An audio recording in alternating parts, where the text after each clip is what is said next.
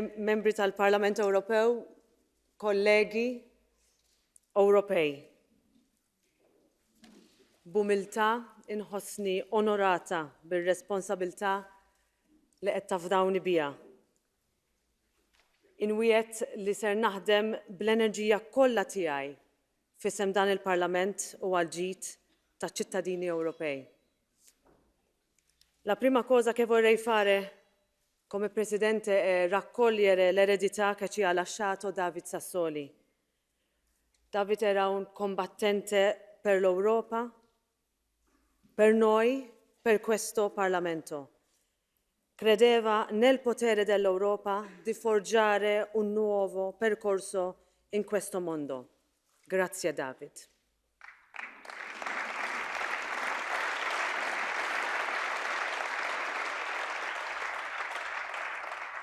I will honor David Sassoli as President by always standing up for Europe, for our common values of democracy, dignity, justice, solidarity, equality, rule of law, and fundamental rights, for the politics of hope and the promise of the European Union.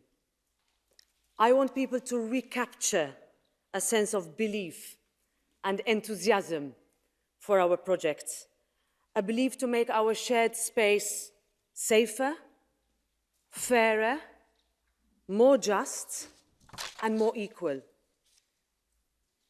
Dear Europeans, in the next years, people across Europe will look to our institution for leadership and direction, while others will continue to test the limits of our democratic values and European principles. We must fight back against the anti-EU narrative that takes hold so easily and so quickly. Disinformation and misinformation, further amplified during the pandemic, fuels easy cynicism and cheap solutions of nationalism, authoritarianism, protectionism, isolationism. These are a false illusion offering no solutions, because Europe is about precisely the opposite. It is about all of us standing up for one another, bringing our people closer together. It is about all of us defending those principles of our founding mothers and fathers that led us from the ashes of war and Holocaust to peace, to hope, and to prosperity. Honourable members, our House matters. It matters to our judges under attack, to our healthcare frontliners under pressure, to every woman in our union still fighting for her rights, to the vulnerable, to the oppressed and the abused.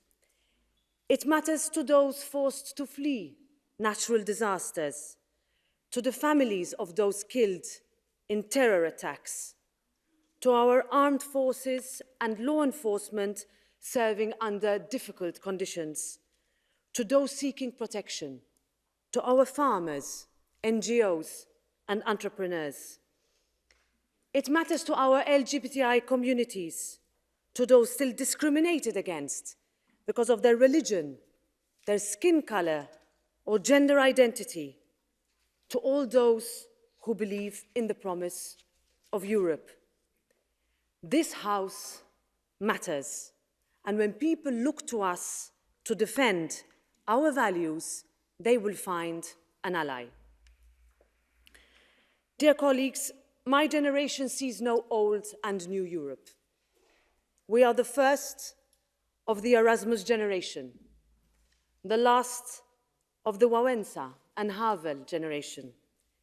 We understand that equality of opportunity is different from making everyone the same.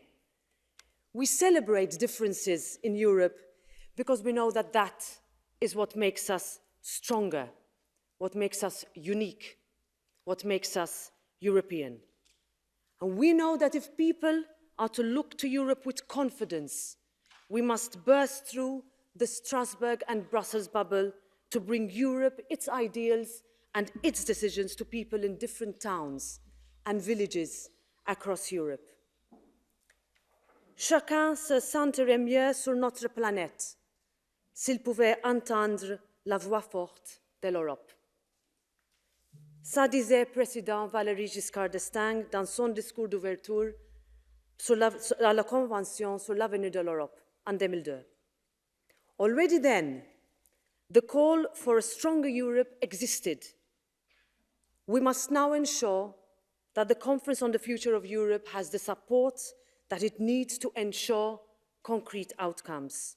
And especially, we must listen to our youth on this year that is dedicated to them. Dear fellow Europeans, climate change is ravaging our continent and our world. It is no longer a problem for another generation to deal with. If you believe science, and this House does, the question is no longer if, but when. The European Green Deal and the pledge to be the first carbon-free continent is the right answer.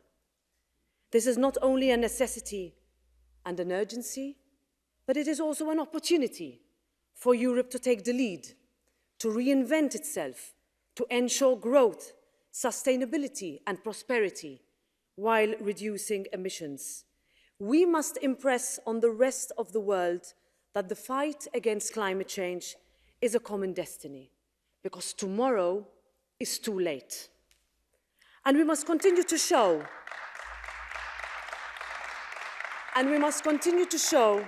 that you cannot decouple the environment and the economy. Businesses, from startups and SMEs to larger corporations across our union, require legal certainty, easier access to funding, and an innovative spirit and environment in Europe. They need less bureaucracy and more chances to take the risks that will see Europe once again regain its competitive edge. The Recovery and Resilience Fund will help our investment to relaunch after the pandemic. Like the green transition, the digital transformation creates opportunities, and we need to be at the forefront of these changes and steer it. And we will. Our European way of open economies and open societies is a model that I am proud of. It is a model that must be given the support to withstand the pressure it comes under.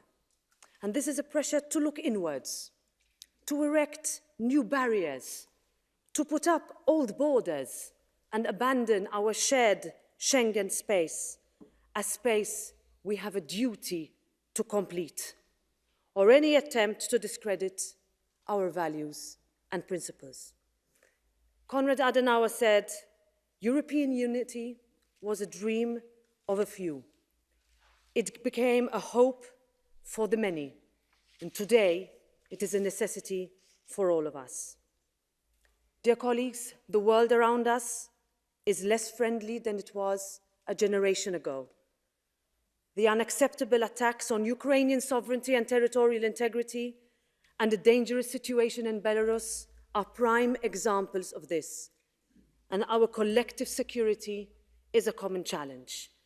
For the European Union to remain credible and exert its influence globally, we have to remain principled. This is our true strength. For autocrats and despots, the EU is a threat simply by existing. As Tarek Osman put it so eloquently, Europe has, after all, curated the most beautiful, refined way of living humanity has ever known. Cette année marque le 70e anniversaire de notre présence à Strasbourg. Une ville, une région qui acte géographiquement une séparation des pouvoirs et par conséquent offre une garantie démocratique et fait de notre Assemblée une institution incarnée, proche et accessible au service des citoyens. Tout cela en fait un lieu évident pour notre institution. Europe has a legacy of war, but also of healing. We can put this experience to use in helping efforts to end the separation in the European Union's last divided country, Cyprus, under the auspices of the UN plan. We can never be truly whole while Cyprus remains split.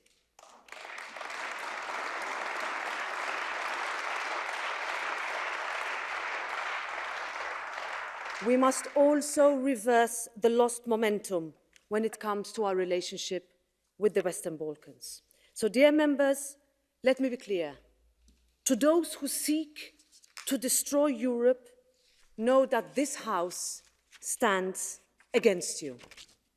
To those who attempt to undermine democracy, the rule of law, free speech, and fundamental rights, who see women as a target and who deny the rights to our LGBTIQ citizens, know that this House will never accept it. To those who try to blackmail Europe through hybrid attacks, this Parliament will not weaken solidarity among members. Know that dictators will never divide us. And let me say to the families of Daphne Caruana Galizia and Jan Kuciak, journalists, for doing their job, killed. Your fight for truth and justice is our fight.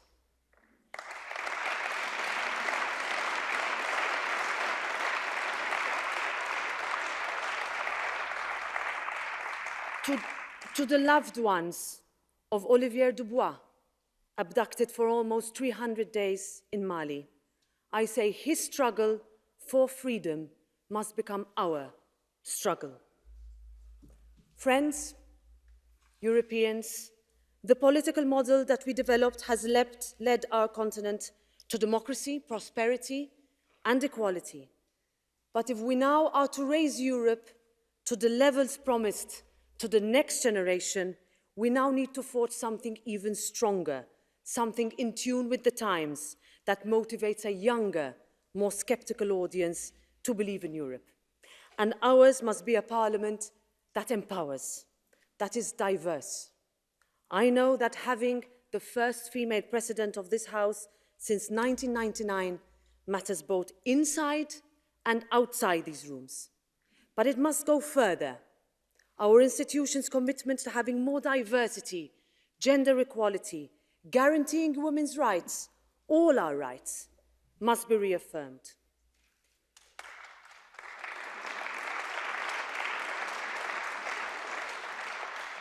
"22 years ago, Nicole Fontaine was elected 20 years after Simone Veil. It will not be another 2 decades until the next woman is standing here.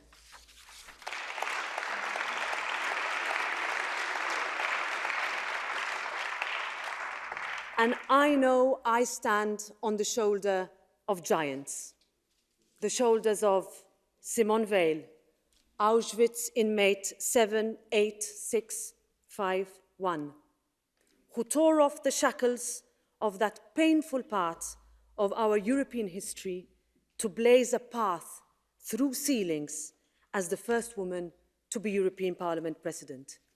The shoulders of the millions of nameless women who endured so much and who fought for us to have the opportunities that they were never afforded. The shoulders of Aisling, Paulina, and all the other women whose lives have already been stolen this year. The shoulders of Europe's displaced and the disappeared, on all those who fought and suffered under totalitarianism and sacrificed everything for Europe, on the shoulders of all those who believed and who believe still.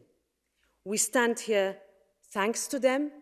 We stand here for them. Europe is back. Europe is the future. Vive l'Europe.